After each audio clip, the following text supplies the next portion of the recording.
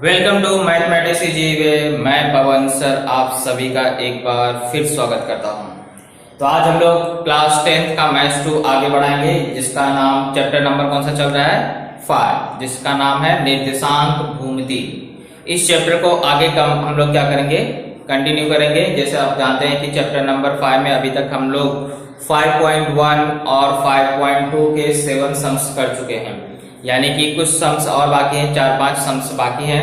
इसके बाद हमारा चैप्टर नंबर 5 भी क्या हो जाएगा, कंप्लीट हो जाएगा। ओके, और जो हमारा प्रॉब्लम सेट है उसे हम क्या करेंगे, बारी बारी से हर एक चैप्टर का लास्ट में स्टार्ट करेंगे। पहले पूरे चैप्टर्स खत्म कर लेते हैं और बाद में उसमें जो भी हार्ड सम्स रहेंगे उसे हम क्या करेंगे, बारी बारी से एक एक चैप्टर को खत्म करेंगे। ओके, तो आगे बढ़ने से मैं यही कहूंगा कि जो भी अभी आप चैनल से नए जुड़े हैं या अभी तक जुड़े हैं लेकिन अभी तक आपने सब्सक्राइब नहीं किया है, तो आप कृपया करके सब्सक्राइब कर दें और बेल आइकन में ऑल को जरूर प्रेस कर दें। ओके, चलिए स्टार्ट करते हैं। सबसे पहला क्वेश्चन नंबर 8 है, 5.2 क्वेश्चन नंबर 8, यानी कि 8, 9, 10, 12, 8, 9, 10, 11, 12, इस तरह से 5 सम्स आपको रिमेनिंग है।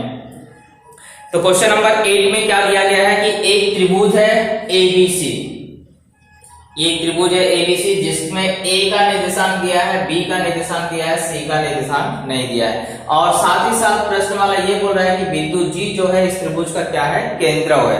केंद्रव क्या होता है, त्रिभुज की माध्यिकाओं का संगम बिंदु, यानी कि ये जो माध्यिकाएं संगम कर रही हैं किस बिंदु पे कर रही है, G पर, तो G क्या कहलाएगा, त्रिभुज का केंद्रव कहलाएगा।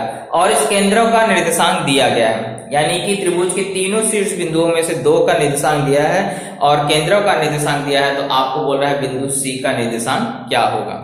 जाहिर सी बात है, केंद्रव का निर्देशांक दिया है तो किसका सूत्र लगाओगे, केंद्रव का ही सूत्र लगाओगे। और बिंदु C जिसका निर्देशांक हमने माना है x3 y3, और उसका निर्देशांक हम क्या करेंगे, ज्ञात कर लेंगे। तो हमने स्टार्ट क्या किया, त्रिभुज ABC में A का निर्देशांक -14 का मान -19 है, तो x1 का मान लिख दिया और y1 का मान लिख दिया, क्योंकि एक x होता है और एक y होता है। इसी तरह से B का निर्देशांक दिया तो ये क्या हो गया, x2, और ये क्या हो गया, y2। और C का निर्देशांक नहीं दिया था, हमने उसको क्या मान लिया है, x3 y3। और बिंदु G जिसका केंद्र का निर्देशांक दिया गया है, तो केंद्रों के निर्देशांक को हम किससे दर्शाते हैं, x और y से। तो x का मान -7 लिख दिया और y का मान -7। फिर हमने बता दिया कि बिंदु G क्या है, त्रिभुज ABC का केंद्रव है, इसलिए केंद्रव सूत्र से, केंद्रव सूत्र क्या है, x बराबर x1 plus x2 plus x3 बटे में c, ये हमारा केंद्रव सूत्र है। अब इसमें हमें क्या करना है, मान रखना है। x की जगह क्या लिखा जाएगा, -4 बराबर x1 की जगह क्या लिखा जाएगा, -14 प्लस x2 की जगह क्या लिखा जाएगा, 3 प्लस x3 आपको पता नहीं है इसलिए उसको s3 लिखेंगे बटे में 3। अब इसी को हमें क्या करना है, आगे हल करना है। तो पहले देखो यहाँ 3 क्या है, भाग में, इधर आएगा तो 4 के साथ, -4 के साथ उसका क्या हो जाएगा, गुणा हो जाएगा। तो -4 गुणे 3 बराबर, यहाँ दोनों का चिन्ह देखिए अलग अलग है, सजाती पद है लेकिन चिन्ह क्या है इसके, अलग अलग है। अलग अलग चिन्ह होता है तो हमेशा क्या करते हैं, घटाते हैं। तो -14 धन 3, यानी घट के कितना हो जाएगा, -11, क्योंकि घटेगा जुड़ेगा तो हमेशा बड़ी संख्या के आगे का चिन्ह लगता है, प्लस x3। चलिए -12 हो गया ये, बराबर -11 धन x3। अब -11 इधर आएगा क्योंकि x3 का मान ज्ञात करना मतलब ये संख्या को पश्चांतर करना पड़ेगा, तो माइनस की बजाय यहाँ की क्या हो जाएगा, प्लस। तो माइनस प्लस फिर से अलग अलग चिन्ह है, यानी कि क्या हो जाएगा, घट जाएगा, और घट के कितना आ जाएगा, -1। इस तरह से हमारा x3 का मान आ गया जब हमने x वाला सूत्र लगाया।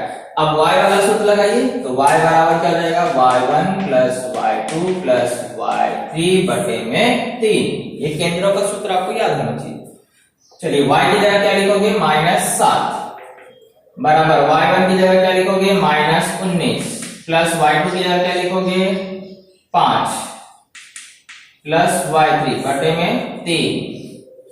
अब 3 को यहां लाएंगे तो -7 गुणे 3 बराबर, यहां अलग अलग चिन्ह घट जाएगा, घटेगा तो कितना आ जाएगा, -14 धन y3 बटे में, सॉरी 3 क्योंकि हम लोग वहां ले जा चुके हैं। तो ये हो जाएगा -21 बराबर -14 धन y3। तो y3 बराबर ये -14 इधर आया, यानी -21 + 14, तो y3 बराबर -7। इसलिए बिंदु C का निर्देशांक हमें प्राप्त हो चुका है।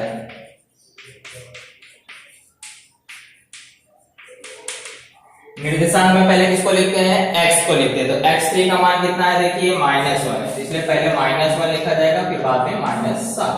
तो ये हुआ हमारा आंसर। हमने क्या किया, बिंदु C का निर्देशांक ज्ञात कर। Question number 9। क्वेश्चन नंबर 9 भी बिल्कुल आपको जो 8 किया आपने वैसे ही है बिल्कुल। इसमें भी आपको बताया एक त्रिभुज ABC है, ABC के निर्देशांक दिए गए हैं। किसी किसी में आपको उसकी जगह चरांक का उपयोग किया गया क्योंकि उसका मान नहीं पता है। और बिंदु G का यानी केंद्रों का भी निर्देशांक दिया गया है। फिर से देखो, केंद्रों का निर्देशांक दिया है, जाहिर सी बात है सूत्र कौन सा लगाएंगे, केंद्र सूत्र। और केंद्र सूत्र लगा करके जो यहाँ पर H है वो H का मान ज्ञात करेंगे, और यहाँ जो K है उस K का क्या करेंगे, मान ज्ञात करेंगे। यानी कि क्वेश्चन नंबर 8 की तरह बिल्कुल क्या करना है, आपको सूत्र लगाना है, मान रखना है जिसका जो दिया है, और हल करना है, तो H और K का मान आ जाएगा। चलिए स्टार्ट करते हैं। सबसे पहले x वाला सूत्र लगाते हैं। तो x का सूत्र क्या है, x1 + x2 + x3 बटे में 3। यहाँ पे मैंने सारे बिंदुओं के निर्देशांक को दर्शाया है यहाँ पे। अब आप देखिए x यानी कि केंद्र का x निर्देशांक क्या है, a। x1 का मान कितना है, h, प्लस x2 का मान कितना है, 2, और x3 का मान है आपको -6 बटे में कितना आ जाएगा, 3। चलिए इसको हल करते हैं। 3 यहाँ पे आपको क्या है, भाग में इधर आएगा, क्या हो जाएगा, गुणे में हो जाएगा। तो 1 × 3 बराबर यहाँ h + 2 प्लस माइनस मिलके कौन सा चिन्ह हो जाएगा, माइनस, क्योंकि प्लस और माइनस का गुणा होता है तो कौन सा चिन्ह होता है, माइनस का चिन्ह। चलिए तो ये 3 एकम 3 हो गया, बराबर यहाँ पर प्लस और माइनस अलग अलग चिन्ह यानी घट जाएगा तो क्या हो जाएगा, h पहले लिख लिया, और घटने के बाद 4 आएगा, और लेकिन बड़ी संख्या किसमें है, माइनस में, इसलिए -4। अब ये -4 उठ के इधर आया तो 3 धन माइनस की वजह क्या हो जाएगा, 4 बराबर h। तो h का मान आ चुका है हमारा 7। तो हमने क्या किया, x का सूत्र लगाया और h का मान निकाल लिया। अब हम लोग क्या करेंगे, y वाला सूत्र लगाएंगे। तो y बराबर क्या होता है, y1 + y2 + y3 बटे में कितना, 3। तो y की जगह क्या रखोगे, 5 बराबर y1 की जगह कितना रखोगे, -6 + 3 + k बटे में 3। फिर से वही काम करना है, 5 का गुणा किसमें हो जाएगा, 3 में। तो 5 × 3 बराबर, यहाँ देखिए अलग अलग चिन्ह यानी घट जाएगा, क्या बचेगा, -3, क्योंकि बड़ी संख्या किसमें है, माइनस में, धन के। 5 के कितना हो गया, 15 बराबर -3 धन के, -3 यहाँ आया तो 15 धन 3 हो जाएगा बराबर के। तो के का मान आ गया 18। हो गया आपका आंसर। हमने जो h और k का मान ज्ञात करना था वो हमने क्या किया, ज्ञात कर लिया। तो h का मान 7 और k का मान आप क्या करेंगे, 18 लिख लेंगे। Okay. Question number 10। Question number 10 में क्या बोला है, एक रेखाखंड है जिसका नाम है AB। ये रेखाखंड AB है, इसमें A का निर्देशांक दिया है 2,7 और B का निर्देशांक दिया है -4, -8। इस तरह से इस रेखाखंड के अंत बिंदुओं के निर्देशांक क्या है, दिए गए हैं। आपको बोल रहा है कि अगर इसको जोड़ने वाला रेखाखंड AB को त्रिविभाजक बिंदुओं के निर्देशांक ज्ञात करना है। मतलब आपको उन बिंदुओं के निर्देशांक ज्ञात करना है जो इस रेखाखंड को 3 समान भागों में विभाजित करते हैं। त्रिविभाजक बोला है, 3 समान भागों में विभाजित करने के लिए याद रखिए 2 बिंदु अंदर लेना पड़ेगा। जितने समान भाग बोलेगा उससे एक कम बिंदु अंदर आपको लेना पड़ेगा। जैसे आप देख रहे हैं मैंने 2 बिंदु लिया तो इसके 3 समान भाग हो गए, 1 2 3, और तीनों भाग कैसे दिखने चाहिए, समान। तो इस तरह से आपको यहाँ 3 समान भाग बोला तो हमने कितने बिंदु लिया अंदर, 2। यानी हमें क्या करना है, इन 2 बिंदुओं के निर्देशांक ज्ञात करने हैं जो इसे क्या कर रहे हैं, 3 समान भागों में विभाजित कर रहे हैं। तो ऐसे आपको 4 समान भाग वाला, 5 समान भाग वाला परीक्षा में पूछा जा सकता है और आगे के प्रश्न भी वही सवाल है। रेखाखंड AB के निर्देशांक दिए गए हैं, किसी में 3 समान भाग बोला है तो किसी में 4 समान भाग बोला है तो किसी में 5 समान भाग बोला है और उसे विभाजित करने वाले बिंदुओं का निर्देशांक ज्ञात करना है। तो इस तरह के सवाल थोड़े से लंबे जरूर होते हैं लेकिन बहुत ही सरल होते हैं। तो थोड़ा सा कंसंट्रेशन अगर आप लगा के सवालों को हल करेंगे तो आपको बहुत मजा आएगा और आपका सवाल कभी गलत भी नहीं होगा। आप आसानी से क्या कर सकते हैं, सवालों को कर सकते हैं। देखिए करना क्या रहेगा, सबसे पहले आप चित्र बना लेंगे समझने के लिए। उसमें जैसे मैंने बताया 3 समान भाग बोला तो अंदर क्या करेंगे, 2 बिंदु ले लेंगे और प्रत्येक दूरी को क्या करेंगे, डी से दर्शा देंगे, क्योंकि हर एक दूरी क्या बोल रहा है, वो समान है। 3 समान भागों में बांट रहा है तो यहाँ देखो 3 डी आ चुके हैं। ओके, अब रेखाखंड के जो बिंदु हैं ए और बी, उसका निर्देशांक यहाँ लिखा है मैंने और उसको दर्शा दिया। ए का निर्देशांक यानी ये पहला बिंदु है, ये x1 का मान हो गया और ये क्या हो गया, y1 का मान। बिंदु बी ये जो हो गया -4 का -8, ये x2 और y2 का मान हो गया। अब हम बताएंगे कि कौन से बिंदु से 3 समान भागों में विभाजित कर रहे हैं। तो मैंने यहाँ लिखा, माना बिंदु P और Q रेखा AB को क्या कर रहे हैं, 3 समान भागों में विभाजित कर रहे हैं। और 3 समान भाग विभाजित यानी कि AP की दूरी, PQ की दूरी और QV की दूरी, तीनों दूरी बराबर होगी और तीनों की दूरी को हमने क्या किया, D। क्योंकि हमें अंत बिंदुओं के निर्देशांक तो मालूम है लेकिन m और n का मान नहीं मालूम है। अनुपात क्या होगा ये हमें पता नहीं है। तो अनुपात पता करने का एकदम सिंपल तरीका है, जैसे बिंदु P लिया, रेख AB को विभाजित कर रहे हैं तो AB 1 भाग है यानी D कितना है, यहाँ पे 1 है और यहाँ पे D कितने हैं, 2 है। तो अनुपात हमें ज्ञात करने के लिए यहाँ लिखा है AB/PB। जिस भी बिंदु का निर्देशांक आप ज्ञात कर रहे हैं तो पहले आप देख लीजिए कि वह रेखाखंड को किस अनुपात में विभाजित कर रहा है। तो यहाँ देखिए 1 भाग है और इस तरफ कितने भाग है, 2 भाग है। तो इसलिए अनुपात कितना हो जाएगा, 1/2। तो ये अनुपात मैंने यहाँ निकाल के बता दिया। अब आप लिख देंगे बिंदु P रेखा AB को इस अनुपात में विभाजित कर रहा है और हर एक सवाल में आपको कौन सा सूत्र लगाना है, विभाजन सूत्र। ओके, विभाजन सूत्र से बिंदु P का निर्देशांक निकालना है। तो बिंदु P का x निर्देशांक का सूत्र होता है mx2 + mx1/m+n। यही सूत्र होता है। कॉमा लगा देंगे क्योंकि निर्देशांक x और कॉमा y होता है और यहाँ y वाला सूत्र लिख देंगे my2 + ny1/m+n। ये हो गया हमारा बिंदु P के निर्देशांक का सूत्र। अब इसी में हमें क्या करना है, मान रखना है और हल करके बिंदु P का निर्देशांक ज्ञात कर लेना है। चलिए मान रखते हैं। निर्देशांक दर्शाने के लिए हम लोग क्या करते हैं, इस तरह से 3 लाइनें भी खींचते हैं। अगर नहीं खींचना है तो सिर्फ P लिखेंगे तो भी चलेगा। चलिए आगे देखेंगे, m कितना है हमारा, 1 है। 1 गुणे x2, यहाँ बड़ा ब्रैकेट उपयोग करिए क्योंकि अंदर हो सकता है छोटे ब्रैकेट की हमें आवश्यकता पड़े, इसलिए इसको ऐसा लिखिए। 1 गुणे x2 कितना है, देखिए यहाँ पे -4 है इसलिए यहाँ -4 लिख देंगे, प्लस n यानी कितना है, 2 गुणे, लिख रहे हैं ना n, ये एक m का मान होता है, एक n का मान होता है, गुणे x1 देखिए कितना है, 2। ध्यान से मान रखना नहीं तो गलत हो जाएगा। फिर m+n यानी कि 1+2, ये x का सूत्र हो गया। अब ऐसे सेम y का लगाओगे तो my2 यानी कि 1 गुणे y2 यानी कि -8 प्लस n यानी 2 गुणे y1 यानी 7 बटे में 1+2, m+n यानी कि 1+2।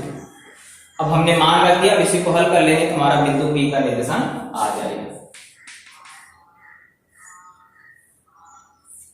चलिए 4 एकम 4 लेकिन माइनस है तो -4, धन 2 दूनी 4 बटे में 2 और 1 कितना जुड़ गया, हो गया 3। यहाँ पे 8 एकम 8 यानी -8 प्लस 2 से 14 बटे में 3। चलिए माइनस प्लस है यानी घट जाएगा तो 4 में 4 गया 0, 0/3 और यहाँ पे माइनस प्लस यहाँ भी घट जाएगा, 14 में से 8 गया तो बचा 6, बड़ी संख्या प्लस इसलिए +6 बटे में 3। अब 3 में 0 से भाग देंगे, सॉरी 0 में 3 से भाग देंगे तो 0, क्योंकि किसी भी संख्या से 0 में भाग दोगे तो 0 आता है और 3 दूनी 6। तो इस तरह से हमारा बिंदु P का निर्देशांक ज्ञात हो चुका है। सेम अब हमें यही प्रोसीजर अप्लाई करना है Q के लिए, लेकिन Q के लिए अनुपात आपको बताना पड़ेगा। तो Q के लिए देखिए अनुपात यहाँ कितना भाग हो रहा है, 2 भाग हो रहा है ना, 1 2। इस तरफ कितने भाग हो गए, 2, यानी m का मान कितना हो गया, 2 और n का मान कितना हो गया, 1। तो हम यहाँ लिखेंगे बिंदु Q रेख AB को 2:1 के अनुपात में विभाजित करता है।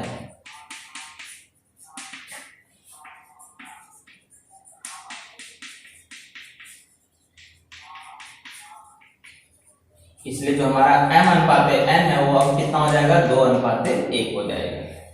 ओके, अब इसी के आधार पर हम बिंदु Q का निर्देशांक ज्ञात करेंगे। तो Q का सूत्र वही बनेगा, सूत्र में कोई चेंजेस नहीं होगा, mx2 plus nx1 upon m plus n, my2 plus ny1 upon m plus n। सूत्र लिख लिया। सिर्फ m और n का मान यहाँ देखिए 1 अनुपात 2 था, यहाँ अनुपात का मान क्या हो गया, 2 अनुपात 1। यही अनुपात चेंज होगा, बाकी सब कुछ वैसे रहेगा। चलिए मान रखते हैं m यानी कि 2 गुणे x2 यानी कि -4 प्लस n यानी कि 1 और x1 का मान है 2 बटे में 2 प्लस 1, यहाँ कॉमा 2 गुणे, क्योंकि m का मान 2 है और y2 का मान कितना है, -8 प्लस 1 गुणे 7 बटे में 1 प्लस 2 या 2 प्लस 1। चलिए इसी को हल कर लेते हैं, जगह की कमी है थोड़ी सी।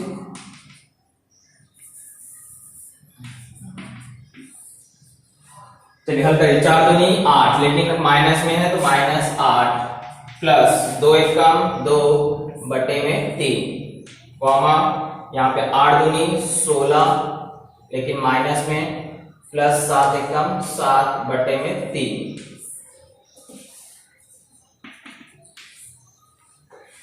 माइनस प्लस है घट जाएगा यानी कि -6 बटे में 3, यहाँ भी घट जाएगा तो -9 बटे में 3।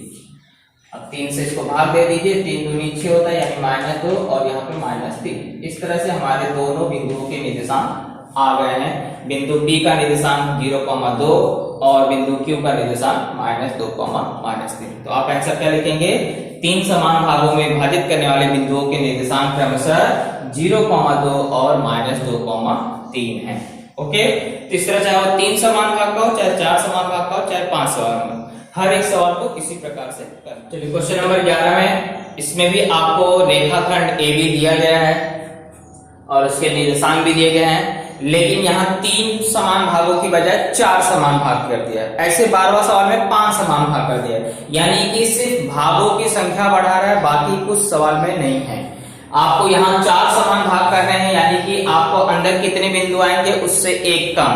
4 समान भाग यानी अंदर बिंदु कितने आएंगे, 3। तो चलिए यहाँ पे मान लेते हैं P, यहाँ मान लेते हैं Q और यहाँ मान लेते हैं R। तो इस तरह से ये चारों भाग क्या हो गए, आपस में बराबर है, ऐसा आपको बोला है। हर एक को क्या मान लोगे, D। ओके, तो बिंदु A का निर्देशांक -14 का मान -10 यानी कि x1 का मान -14, y1 का मान -10। ऐसे B का मान आपको दिया गया है 6, -2 यानी कि x2 कितना हो गया 6 और y2 कितना हो गया -2। अब हम बता देंगे कौन से बिंदु रेखाखंड को 4 समान भागों में बांट रहे हैं। तो आप यहां लिखेंगे बिंदु P, Q तथा R रेख AB को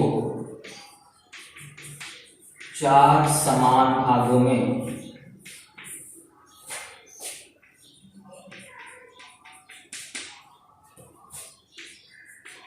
विभाजित करते हैं और 4 समान भाग कौन से है उसे आप लिख लेंगे AP बराबर PQ बराबर QR बराबर RB और हर एक का मान कितना है D है। अब हम लोग क्या करेंगे, एक एक अनुपात निकालेंगे। एक बार अनुपात निकाल के दिखा देने का, इसके बाद बाकी का अनुपात डायरेक्टली लिखोगे तो भी चलेगा। तो अगर हम AP देखिए, अगर मुझे बिंदु P का निर्देशांक निकालना है तो यहां से मैं क्या लिखूंगा, नाम AP और यहां पे क्या हो जाएगा PB, AP बटे PB बराबर। अब D देखो, यहाँ पे 1 D है और वहां कितने D हैं, टोटल 3 D है। तो D से D कट गया यानी अनुपात कितना आ गया, 1:3 यानी M/N का मान आ चुका है 1:3। ओके, तो इस तरह से अनुपात निकल गए। अब आप लिखेंगे बिंदु P रेख AB को 1:3 के अनुपात में विभाजित करता है।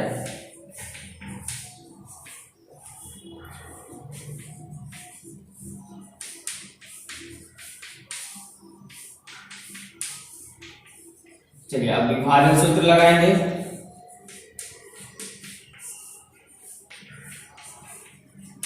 तो विभाजन सूत्र बिंदु P के लिए क्या बनेगा, mx2 plus nx1 upon m plus n, comma my2 plus ny1 upon m plus n। Okay, अब इसमें क्या करेंगे, हम लोग मान रख देंगे। चलिए यहाँ जगह थोड़ा सा कर लेते हैं क्योंकि जगह कम होते हैं। m का मान देखिए कितना है, 1 है, तो यहाँ आ जाएगा क्या, पहले बड़ा ब्रैकेट लगा लीजिए, 1 गुणे x2 कितना है 6, प्लस n कितना है 3 गुणे x1 कितना है -14 बटे में 1 प्लस 3। अब कॉमा आ जाएगा, यहाँ पे भी वैसे होगा, m यानी कि 1 इंटू y2 यानी कि -2 प्लस 3 गुणे -10 बटे में 1 प्लस 3। तो इस तरह से हमने मान रखा। अब हम लोग मान रख लिए हैं तो इसका हल करेंगे। तो यहाँ 6 एकम 6 और यहाँ प्लस माइनस है तो माइनस हो जाएगा, और 14 में कितना हो जाएगा 42 बटे में 1 घन 3 यानी कि 4। सेम यहाँ पे 2 एकम 2, लेकिन माइनस है इसलिए -2।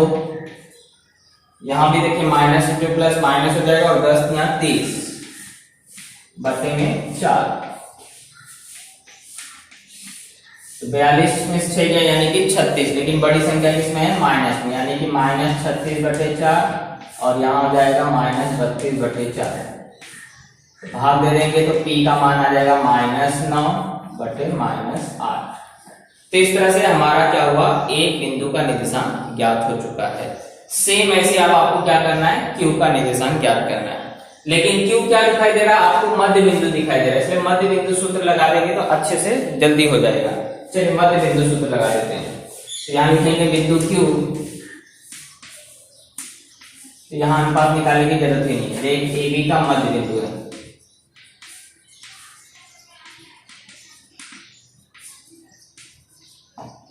इसलिए कौन से सूत्र से, मध्य बिंदु सूत्र से। अगर विभाजन सूत्र लगाएंगे तो भी चलेगा, क्योंकि विभाजन सूत्र लगाएंगे तो m और n का मान एक ही है, इसलिए आपको उस सूत्र से करेंगे तो भी चलेगा, ऐसा कुछ नहीं है।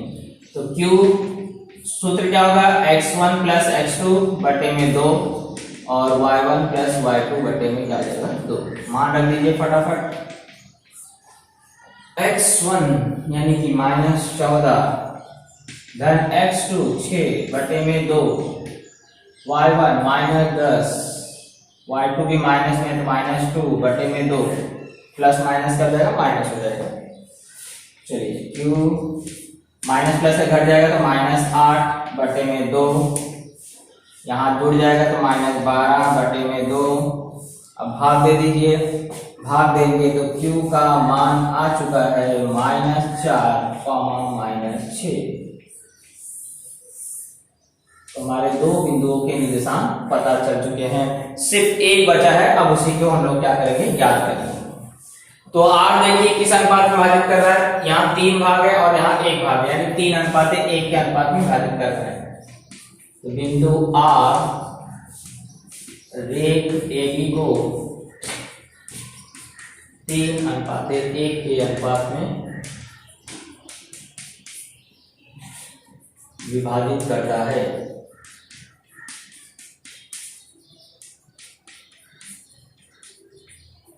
तो सूत्र लिख लेंगे। R के लिए सूत्र क्या बनेगा, सूत्र वही रहेगा, सिर्फ मान चेंज हो रहा है, mx2 plus nx1 upon m plus n, और यहाँ हो जाएगा my2 plus my1 upon m plus n। अब हम लोग क्या करेंगे, इसमें मान रखेंगे।